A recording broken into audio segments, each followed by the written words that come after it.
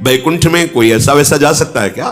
भगवत धाम है, संशय की कोई वहां गुंजाइश नहीं। 5 वर्ष की अवस्था हर समय रहती है और नग्न रहते, दिगंबर रहते हैं और श्रीमुख से चारों के निकलता रहता हरि शरणम हरि शरणम हरि शरणम। अब इनको रोकने की क्या जरूरत है? पर भगवान की जब प्रबल इच्छा प्रकट होती है लीला करने की, तो उनके जोड़ का तो उन्हीं का पार्षद ही होगा, दूसरा तो कोई हो ही नहीं सकता, क्योंकि हरि स्वरूप ही होते हैं। भगवत इच्छा से ही रोक। अब इतने अनुराग में एक एक कदम बढ़ रहे थे सनक सनंदन सनातन सनत कुमार जी के, अच्छा नहीं लगा। तुमने क्यों रोका? प्रभु के दर्शन में जाने में क्या तुम्हें मेरे में बाधा लगी? तुम निर्विकार सच्चिदानंद परम धाम में भी दोष बुद्धि रखते हो। यहां कौन आ सकता है बिना भगवान की इच्छा के? इसका मतलब तुम्हें दंड चाहिए। आश्चर्य की बात, जहां से किसी का वापस होना नहीं होता, भक्तों का या संतों का, भगवत प्रेमियों का अपराध वहां से भी नीचे पटक देता है। आज तक कोई प्रमाण नहीं मिला कि वैकुंठ से किसी का पतन हुआ हो, लेकिन इनका पतन हो गया। महाभागवत ब्रह्मबोध संपन्न निरंतर भगवत अनुरागी महात्मा को रोक दिया, साफ दे दिया, जाओ तुम 3 जन्म तक असुर भाव को प्राप्त हो। इससे बड़ा दंड क्या हो सकता है? भगवत भाव का सिद्ध महापुरुष भगवत पार्षद बनता है, उसका जीवन होता है निरंतर भगवत चिंतन। ऐसे चिंतन में सिद्ध हुए भगवत पार्षद, ये तो सिद्ध पार्षद है, इससे बड़ा दंड क्या हो सकता है? कि आसुर भाव को प्राप्त हो, भाव ही तुम्हारा राक्षसी हो जाए। कांप गए।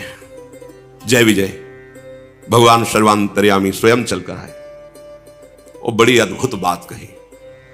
कहा सेवक का अपराध स्वामी का ही होता है, इसलिए आप क्षमा करो या मुझे दंड दो। ये मानो ऐसा प्रहार हुआ सनकादि के ऊपर, अगर विचार करके देखो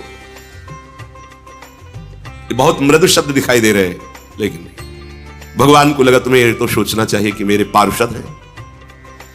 अगर दंड ही दिलवाना था तो हमसे निवेदन करते कि आपके सेवक ने मुझे रोक दिया, आपको असंतुष्टता, आप फाइनल कैसे कर दिए? भगवान के जो शब्द है इसमें बड़ा गूढ़ भाव है। सनकादि को अपना नहीं कहा उस समय, कहा सेवक का अपराध स्वामी का ही अपराध था, मुझे क्षमा। ये बहुत बड़ी बात अलगाव की हो गई ना। अपनापन किससे दर्शा रहे हैं श्री भगवान? जय विजय। सेवक का अपराध स्वामी का ही अपराध था। हे ऋषियों, आप चाहे दंड दो या क्षमा करो, मेरी भुजा भी हो। यदि आप जैसे महात्माओं के विरुद्ध चल जाए तो मैं काट दूं, फिर ये तो सेवक है। संतुष्ट किया। अब तो कांप गए शनकादि वचन, क्योंकि परम ज्ञानी है, बार बार भगवान के चरणों में प्रणत हो रहे हैं। प्रभु आप कहें तो शाप मिथ्या हो जाए, नहीं, मेरी इच्छा से है ऐसा। और जय विजय से कहा तुम चिंता मत करो, आसुर भाव रहेगा पर तुम्हारे कल्याण के लिए मैं स्वयं अवतरित होऊंगा, स्वयं अवतरित, तुम चिंता मत करो। जय विजय ने तो 3 जन्म लिए, पर भगवान ने 4 जन्म लिए। रावण कुंभकर्ण रूप में जब ये पधारे तो भगवान श्री राम रूप में, वो तो अंश में चतुर्व्यूह स्वरूप से प्रकट हुए।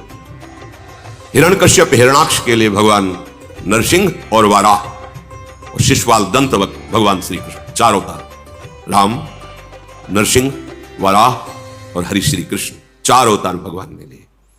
हर चरित्र से हमें शिक्षा मिलती है। यदि हमें रोका जा रहा है तो हम श्रद्धा लेकर के आए हैं, हमें रुक जाना चाहिए।